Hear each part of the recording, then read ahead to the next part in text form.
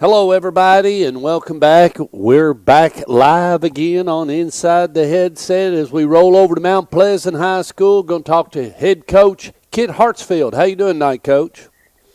Doing good, Stuart. Doing good. How are you? I'm doing well. Just got off the phone with the president of the Coaches Association, head coach Thomas McDaniel. Do you know head coach Thomas McDaniel? Oh yeah. I know Coach McDaniel really well. What has all been your relationship with Coach McDaniel? Because tell me what your relationship's been with Coach Mac. Yeah, it's been great. I played for him in high school, so it started there. And he really helped develop me as a player, and kind of, with a few other assistants at Riverdale, put me on my path, and hired me from college at Oakland Middle, and I was able to work for him for 5 years.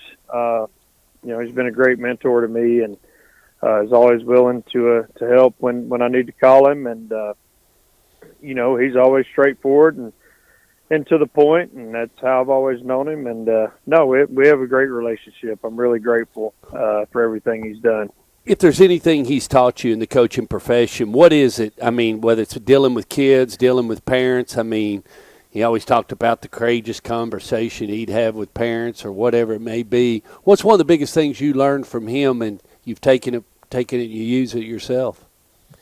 Yeah, no doubt. I think, everybody that's worked for him has learned, just to have a great work ethic, that you can outwork anybody if you choose to. And just from an organization standpoint, practice, I think something he took from Coach Rankin and into his own. And I mean, there's 1,000 things, and they're all great things. But definitely just how hard he works, how much time he puts in, managing the staff and things like that. Does he have a good practice? Did you like watching him run a practice? Oh, absolutely. He has another gear. I mean, it's organized, and we have a different personality for sure. And I think he, taught us all to to motivate and to take the practice field with a lot of energy. And there was never a second taken for granted. So that's one thing that just really sticks out about his practices and why he's been so successful. Well, thank you, Coach, for sharing that. Well, you got into the win column. You found where Scotts Hill High School was. You came away with a win. You're currently 1-1. Take us through a little bit of Mount Pleasant on the good side. Yeah, no doubt. We went to Scotts Hill. Really good team. Really nice facility and field. I was really impressed. We started out on offense the first half. We moved the ball, but we ended up with 4 turnovers the first half and 2 inside the 10. So we were knocking on the door, shooting ourselves in the foot. And went in 5-0 at half. We had fumbled on the 1 and got a safety the next play. Gavin Alderson played exceptional at defensive end with 3.5 sacks and 6 tackles for loss, and really led the defense. And on the night, I think we gave up about 40 yards total. On defense, we was happy with that effort, and the offense really was able to take control of the line of scrimmage. With Nick Brown at quarterback with a few rushing touchdowns, and a linebacker Perez stepped in at running back when Davidson went down in the first half. So we were kind of in limbo at halftime, and we had to scrap, claw, and fight, and just keep knocking on the door until we kicked it open. Well, and how did you travel as far as your fan base? Yeah, we had a good crowd there. We took a charter bus as a team, because we had to leave before the bus routes ended, and it was hot, so I think that was probably the right move. Anyways, it was real humid, so I don't know how we'd have been if we had rode a regular bus. But our fans were there. They were loud and rowdy and supportive, and it was a really, really fun environment. Well, it's good for you to get that program in the win column. I mean, that's where you wanted to be. How'd you feel like you did on the penalty side of the ball? You own the penalties and turnovers. How'd you do on penalties and turnovers, Coach? Yeah, first half turnovers were not good at all. we got to clean that up this week.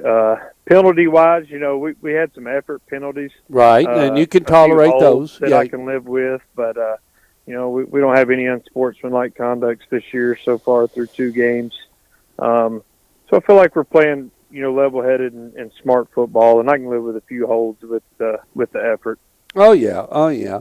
Well, you're 1-1, and you can't be holding Friday night. I know this guy real well. In fact, I saw him play against Dobbs years ago when Dobbs was the head coach at Moore County. I did the Moore County Cascade game. I know Jake Tyree. I've watched Jake Tyree's teams. They're going to play. I mean, it sounds corny, but this is a guy that his team's going to be ready, and it's the old cliche, but they'll play 4 quarters, will they not? I mean, they're going to play the full 48 minutes. It doesn't matter what the score is. No, absolutely. Coach does a great job over there. They're 2-0. They're one of the favorites, I believe, to win the region. From what I heard of Cascade and Forest up there at the top, and they're showing it right now. They're 2-0. They're really talented, got a couple of good quarterbacks, scrappy team. They know who they are on offense with their wing tee, and they're really aggressive on defense. They try to create havoc and play with quickness and run to the football. So it's definitely going to be a tough challenge. They're coming to us this Friday night, and we want to give them everything we got. Well, the only thing I can remember was he was a little bit young against him, yet competitive. But it was like in the 4th quarter, and this coach is beat, but his kids were just they were trying to. They were still going at it, still trying to do their best to get it. They wasn't just going up there and going through the motion.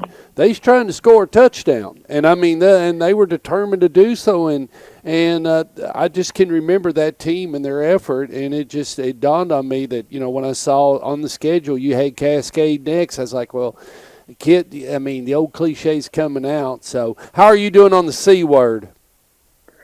We're doing pretty good. I don't think we're 100% there, but we're not bad. We're not close to canceling or anything like that.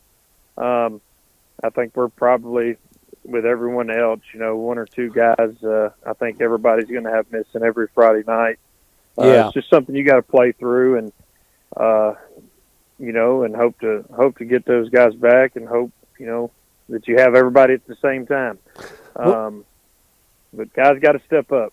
Well, and I was only going to say one thing. Coach Rankin was talking about some of the kids getting vaccinated, and Coach McDaniel was talking about, I'm sorry that we may have to, limit some of the experience of the children, and some of the grouping and the brotherhood, and we used to eat team meals together. Well, they may have to, eat alone and sit by themselves, but, can wave to each other and be, social distance. But it's the world we live in, Coach, and you as a coach, yes, you're responsible for the performance on the field and playing, like you said, a good, clean, fundamental, sound football game, but you're also responsible turning them into young men and going through this C thing, and it's just part of our lives right now, is it not? Yeah, no doubt, and everybody wants to do what they got to do to play on Friday nights. It's pretty clear sports is about the only thing in the world that allows people to kind of, just sit back and feel normal for a few hours. So we don't want to lose that. And, there's situations that come up, but, right now the big thing is the home contacts. With a lot of school systems don't have contact tracing in school, but, COVID's pretty C word there is pretty aggressive right now, I guess. And, someone at home gets it and you're not sick, you got to sit out, 18 days or something wild like that, maybe 21, and not have any symptoms at all. So it takes a village. It takes everybody doing their part, whatever that is. But we're willing to do everything we can as long as we keep putting the boys out there and letting them compete and have fun and let the fans get away for a few hours and feel normal. Coach, what's the plans for the weekend? I know you're going to watch some football, but you got some kids pulling on you. So what's the big plans? It's Labor Day. What do you got? What do you got lined up? Oh, no doubt. Starting tomorrow night is Master Teague. Played at Blackman, and I was there, and so I look forward to watching him in a big game. And I got so many others that I'll be pulling for over the weekend. But we're gonna play Friday night and hopefully come away with a win. And I'll probably watch every snap I possibly can this weekend, and a little bit of soccer practice for my daughter, and probably practice on Labor Day. I think you have to have labor on Labor Day, so that's just a tradition. Well, Coach, I'm going to end it up. What do you know about soccer? Oh man, Stork! I played soccer up until 8th grade. I know quite a bit more than the average person. I know Brazil is one of the best countries in the world. You know where it is. You didn't know where Scotts Hill is, but you know where Brazil is. Hey, absolutely. But no, I don't know enough about soccer. I can teach my 4-year-old a little bit, hopefully, at least to go the right direction with the ball. Well, that's kind of the goal right now, and then we'll worry about the competing and winning in a few years. Well, Coach, we're just pulling your chain. We hope you have a great Friday night, and we hope you have a wonderful weekend. Take care, and we'll talk to you soon. Yes, sir, Stork. Thanks for having me. All right, see you. Bye.